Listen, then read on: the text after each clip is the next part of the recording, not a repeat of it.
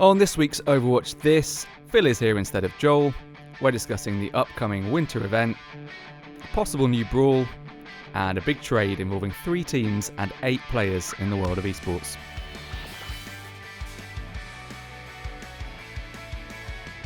Hello everyone, Phil here from PC Games N, and this is Ben. Hello. And this is Overwatch This. You really wanted to say it like that, like since we started, Yeah, haven't you, Phil? I would have gone bigger as well. I'm restraining myself. This is a special winter edition of Overwatch This. You stop. Because there's a winter event happening, isn't It's there? snowing where we're recording right now, in the room that we're recording. It's actually not. It's actually boiling. Our entire incredibly office hot. is an inferno. It's ridiculous. It's not very representative of what we're talking about. It's awful. Well, what we're talking about Yeah. is the Overwatch winter event. Yes. When does it start, Ben? It starts on December 13th. They've actually announced it now, which was nice. They posted on Twitter and were like, there's gonna be some winter stuff going on. You're all invited, which is good because, if they didn't invite their entire player base, that would probably lead to We're not all a ton invited. of people. Yeah, everyone, unless you don't own the game, in which case, well, I'm not particularly sure why you're listening to this, but yeah, you're probably not that interested anyway. Am I invited because I play Bastion? Yeah, no, you are invited. You are invited. You're Sort of probably not going to get anything out of it. Yeah. For your lovely Bastion, but.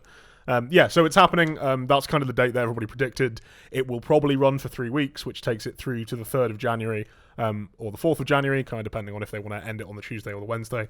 That's how long the Halloween event lasted. It's how long the summer event lasted. And it means that everyone can kind of play it over the holiday period, and then when Blizzard get back into the office, they can take it down and probably, like we were saying last week, prep for the release of 1.6, which is the Symmetra patch with Oasis in it and that sort of thing. So it coincides almost exactly with the time of year that everyone will be pushing their decrepit Christmas trees into their bins. Yeah. It's one of the highest spirited times of the year. The Overwatch winter event goes down, and you put your Christmas tree into the bin. Those are the 2 things you've got to remember to do on January 3rd. So that's some of the big things to look forward to in the coming weeks. What do we get in the new winter event? So we don't know, but we sort of do. Okay. Nothing's been announced. However, a bunch of data mining was done because... Of course it was. Because that's what happens. Yeah, pretty much. And so what people managed to work out is they don't know exactly what we're going to get, but they managed to find keys within the game files that pointed towards who was going to get certain classes of cosmetics. So everybody's going to get a voice line, a spray, and a victory pose, which is what they got during Halloween. Everyone got those gravestone ones. Yeah. And so there'll probably be something like around those themed again. So maybe everybody be a snowman or everybody throwing snowballs or that sort of thing. And then a bunch of characters are going to get one of a highlight intro, an emote, or a skin, which are the most, impressive and also most expensive items within the game. A bunch of other characters are going to get 2, and one character, who is Torbjorn, is going to get all 3 of those. Now we've got a script in front of us here with some of the details on it, and I'm looking through a big list of names, and Ben, I can't see Bastion. He's not there. I thought I was invited to this. I thought everyone was invited. Everyone's invited except robot people. Great. They only get sprays, voice lines, and victory poses. That's just great then. I apologise. So, as far as anybody can tell, the characters who are going to get one of a skin, emote, or highlight intro are Widowmaker, Reinhardt, Mercy, Symmetra, Reaper, Sombra, Roadhog, D.Va, Ana, Soldier 76, and Lucio. What isn't known within that is what rarity those are. So while one of those characters might be your favorite character, and you're like, oh, they're only getting one, that kind of sucks. That could be a legendary skin. Yeah. Okay. At the 2 slot, there's Winston, McCree, Mei, Pharah, Zarya, Tracer, and Zenyatta, and then, like I said, Torbjorn's at the 3 slot. Beyond that, there isn't anything we know specifically, other than it will probably be a 4-8 split between legendary skins and epic skins, because that's how it was during Halloween. However, I would personally guess that Winston, McCree, Mei, and Torbjorn will be getting the legendary skins because they basically haven't had a lot of love since the game came out. Winston's had no extra skins at all. Yeah. McCree has had 1 epic skin during summer. Mei, I think, has had no extra skins at all as well. And Torbjorn had a epic skin during summer, but they haven't had any bonus legendaries. They haven't had, particularly interesting skins on their epic ones. They were just kind of, oh, okay, there they are. So I would expect that those 4 will probably get the legendary skins, and then the other characters that we mentioned will get some amount of the epic ones, and the the other cosmetics. So if you're a Torbjorn player, everything's coming up Torbjorn. Yes, everything's coming up Torbjorn. Of course, it is entirely possible that his 3, none of those will be legendary, and he'll just get an epic in each slot. But I don't think so. I think, in fact, that he will be the Santa skin that we saw last year on their Twitter account. That would make sense. It would, yes. If they kind of made that bit of art however long ago, they probably turned it into a skin because that's a lot easier than not doing that. It'd be easier than making sort of 3 slightly different shades of the same dungarees and releasing those. I'm not sure that the fan base would. They probably wouldn't be too into that, no. Yeah. That wasn't the extent of the data mining finds, though. There is also evidence of a new brawl and a specialized map. Yeah. So again, like from Halloween, people really enjoyed the co-op event, the Junkenstein's Revenge thing. It was really popular. It was actually reasonably difficult, and people quite liked that, I think. And it also had like various rewards. I think they were all sprays, so it wasn't like massive rewards, but people, enjoyed taking part in it. They're probably going to do something similar to that again. What we don't know is whether it will be like a co-op thing like that, or if it will be a weird game mode like the Lucio Ball thing was during summer. My bet would be it won't be a co-op thing, but it won't be like Lucio Ball. It won't be a 3v3 slight, big change on how things work. It will be something slightly different again, because that's kind of just how Blizzard do these things.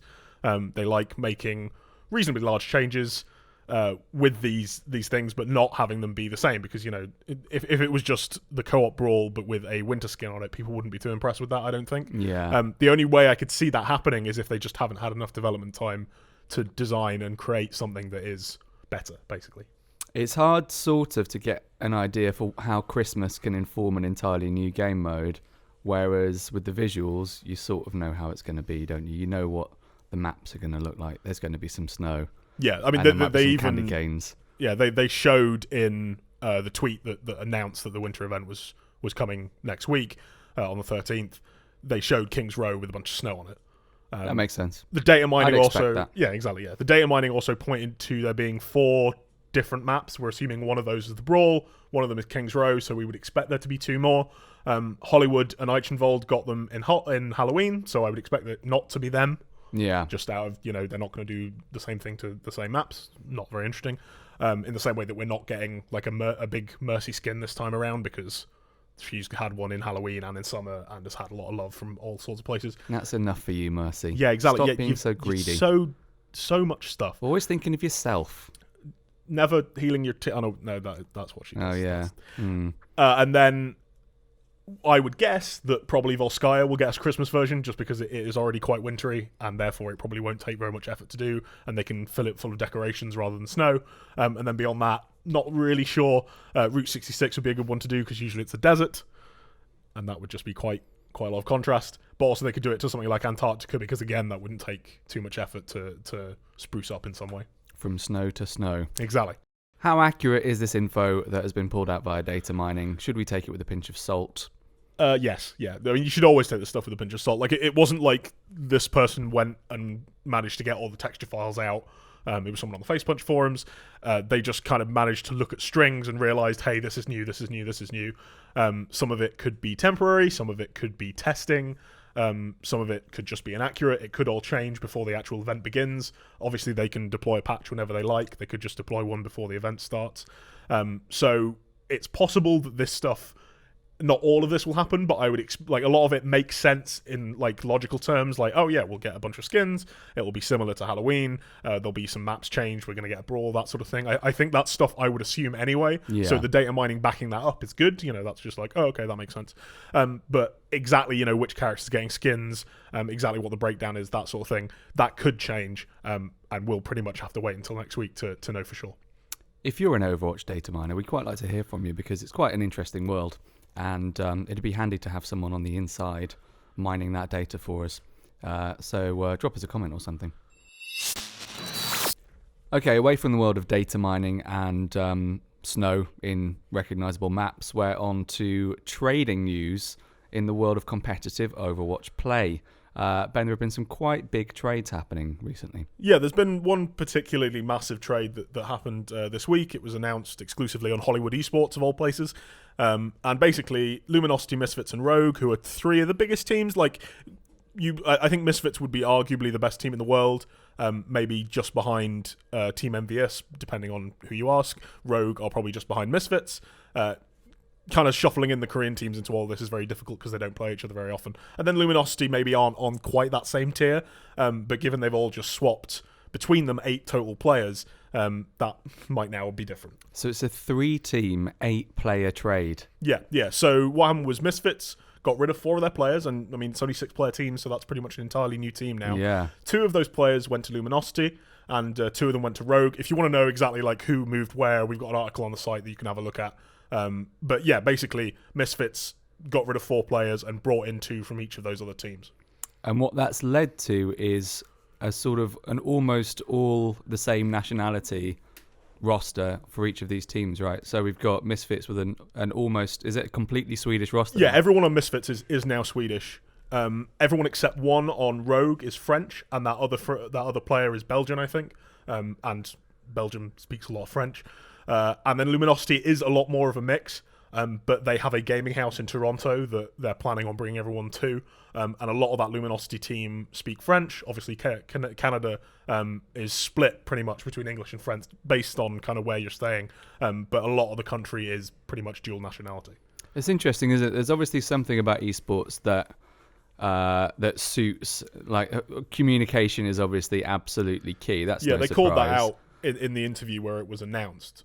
Particularly the Misfits guys were saying, basically all these Swedish guys wanted to play together, and they were all split up on different teams, and there was an opportunity to bring them all together into one team, and then there'll be a lot better communication. Yeah. They'll all be able to live in their home country and play together, and while doing that, they could also, make this nearly all French Rogue roster. That's also good for communication. And then Luminosity, it does feel like Luminosity is maybe slightly the odd one out on here, but also they were the less powerful team, I would say, going into the trade. So they were probably more interested in actually just acquiring better players. And they did also kind of move from a very diverse roster to one that was more French focused, I would say. It's no sort of there is definitely parity in other sports like in the NBA or the NHL to see like a big 3-team trade and a lot of players being moved this way and that, but it's not usually about the language. It's sort of going, esports seems to be going in the opposite direction to sports like NHL or NBA or football or soccer if you're American, in that the sort of the abilities seem to supersede the communication, and then the sport or the activity is the gel that binds everyone together. So I suppose that's why I don't think you'd get in the NBA, you wouldn't get the 3 best teams all trading with each other because there would be no reason to. Whereas here, that language factor is obviously so massive that like you'd never get the Golden State Warriors, Cleveland Cavaliers, and the Spurs just all having a free for all and saying, yeah, fine, we'll send 4 players this way, and that wouldn't happen. It would be between maybe a stronger team and 2 weaker teams. Yeah, that's usually how it would happen because it would be about the skills. I think part of that comes down to the fact that, like the NBA, for example, is now a 70, 80-year-old industry. Yeah, whatever, 120 years old, probably, if you want to go all the way back to the first kind of games of basketball being played. Whereas Overwatch is 6 months. Sure. So there's a big difference there. Like a lot of these players still have room to develop. I think basically what these guys are betting on is that all these players have as much potential as each other, and are as likely to be as good as each other if they can be put into a scenario where they can enjoy their playtime and they can communicate better with their fellows. And because it's such a team-based thing, like when you're playing, a physical sport, there is a lot of body language you can use, and also physical sports have spent so long having players from multiple nationalities, particularly something like soccer. Like a team will have, a German, an Italian, someone from Spain, etc., etc., all on one team fairly regularly, whereas in esports, that isn't just something that has been happening very often, and also there's no body language to help with that communication. So I think all of them being able to speak the same language at this point in the game's life cycle is more important than perhaps it would be elsewhere. Now, I don't really have any top-level esports experience, Ben, but I have played games of Call of Duty on an all-German team, and my German is rusty, is rudimentary, reasonable, and it does make a difference. Yeah. I can vouch for that, because when everyone else is talking quite intensely about what's going on and what everyone should do, you sort of need to be able to understand that as well. Yeah, so I you see can't where have this is any coming from. Barrier. Like, you need to know as soon as somebody says something. There can't be a half second of your brain translating it. Unless, like, it's fine for it to be your second language. Like, one of the players that has moved around here is learning French as a second language. But, if you have a majority of them as the native speakers of that language, that's just going to be so much help. Yeah, and it sort of doesn't matter how good you are at shooting or moving around with the character or using any. Yeah, because all these guys are just great. Like, they can aim, they can learn new characters. This is a game that's going to develop. Like, all of these guys, like, whatever skill set they have now, they're going to need to have a different skill set in 6 months when the meta is different, when they've released 2 more characters, when the maps are different, when the entire way the game is played, like the competitive format might change, because all of that is in flux. So what you need is players with talent that have talent because you can tell how good they are, that have potential because they have potential because you can see that they can improve. But you also need to make sure, like we're saying, that they can communicate. Yeesh, who'd be an esports pro? It does set things up quite on quite an interesting level for the Overwatch League because they're city-based teams, aren't they? So do you think that's maybe a move with a, half an eye on Overwatch League? Yeah, I think it is twofold. This isn't something that they focused on quite as much. It wasn't like they were all going, "Oh no, it has nothing to do with that." What were you possibly talking about? It was specifically mentioned, I think, by the CEO of Luminosity that, hey, this really sets us up well for Overwatch League.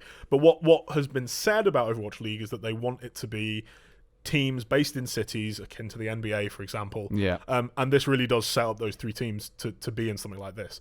For example, you would end up with the Stockholm Misfits. They would be the Swedish team within the Overwatch League, at least to begin with. The Paris Rogues, they would be either the French team or one of a couple of French teams that would be within the European League.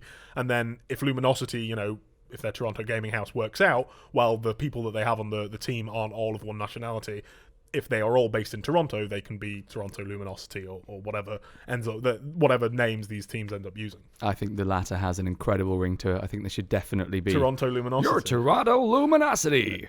I think that's great. You want them to do runs out onto the court and everything, don't you? I wonder if EA Sports will get the license for Overwatch League and make a game in which you control Overwatch League Manager. That would be amazing. I would play that so hard. There are games, people have made fan games for CSGO, actually. Yeah. That are like CSGO Team Manager. I'd play that. It's a really interesting idea, and I'm surprised no one's made it yet. I think it's inevitable that someone will eventually do a really good one. But yeah, so basically I expect to see, so that's happened, but what we know about Overwatch League as well is that it's going to start in the US. So I would expect to see more teams do this. Whatever teams you have that are interested in Overwatch or have an Overwatch team or are going to buy an Overwatch team, I would expect to move towards certain cities in the US, especially places like Los Angeles. Obviously, that's where Blizzard is based, and it's very tech heavy and that sort of thing. New York, that's kind of another center hub of esports on the other coast. San Francisco for similar reasons as LA, and then in Europe, Cologne, because that's kind of where the whole ESL stuff is. It's the games capital of Europe, I'd say, Cologne, isn't it? Is that how it's been pitched to you? In no small part, thanks to Gamescom, but yeah. yeah. Exactly. I think people do Cologne play video games in Cologne. Yeah, and there's there is a huge German esports scene, and then hopefully London as well. That would be nice. I would like to see that as someone that works and lives in the UK, and it would be good to have a local team at least for a bit. A lot of this kind of depends on exactly how Overwatch League develops. It is very much in an early stage at the moment. Yeah, actually, Rogue Soon we spoke to quite recently, and he's very excited about Overwatch League, but he did express some dissatisfaction, with the level of communication that they've had so far about how everything's going to work. So you can read more on the site about that. It's interesting that so many established sports teams have been dipping their toes into esports, but it's actually here that it makes sense. Like, I haven't really seen the link between Crystal Palace hiring an esports player and just, right, you work for us now. Yeah. But in the case of Overwatch League, since they're city-based teams, if you're the New York Knicks and you want to sort of have a sideline going in esports, that's perfect. Yeah, exactly. Yeah, so, and look at Luminosity, right? Having a gaming house in Toronto, the Toronto Raptors, an NBA team, have just got really into esports. They've hired the ex head of operations or something at Archon, which was an old esports team that was set up by a really big Hearthstone streamer. So you could see those two coming together, or not, or they won't bother, they'll go in a different direction, and Toronto Luminosity will become its own thing, like we were saying. But yeah, the Overwatch League is an early state. They haven't communicated a lot about it. They're actually still hiring for half a dozen really senior positions on Overwatch League, 7 years experience type stuff. Nobody under the age of 35 needs to bother to apply because there's no way they will have lived long enough to have the experience necessary. So really, I wouldn't expect a lot of this to come to fruition properly until even as late as 2018 or something like that, because we're not yet at the point where they're even ready to start announcing stuff. So even if they start announcing stuff for next year, maybe we have like a short season or an example season next year with maybe 6 US teams. I think a lot of this stuff is prep for even further out than that, which shows quite a lot of precognition, I suppose, on the part of these teams. If you're someone like Gary Bettman, who's been the chief commissioner of the NHL since I don't know how long now. Time began, yeah. Yeah, and he's been through 2 season lockouts and just everybody hating him for decades. Maybe that's quite an attractive proposition to just go and do some esports for a bit. Yeah, I think so. I think that's kind of the people that they want. They want experts. There is now enough people that have spent enough time in both esports and real sports while, esports has been a thing, that I think they would hope for people like that. Maybe not quite that senior. I can imagine he probably has quite a few, personal ties to hockey as a game. But, he might. You wouldn't know it, but he might. Somebody of that sort of level, or at least that kind of age and experience, is probably who they're looking for. Well, that does it for Overwatch this week. Thank you very much for watching. If you enjoyed, give it a thumbs up. That always helps a lot. If you didn't, I suppose you can give a thumbs down. Subscribe to the channel for more. We'll catch you next time.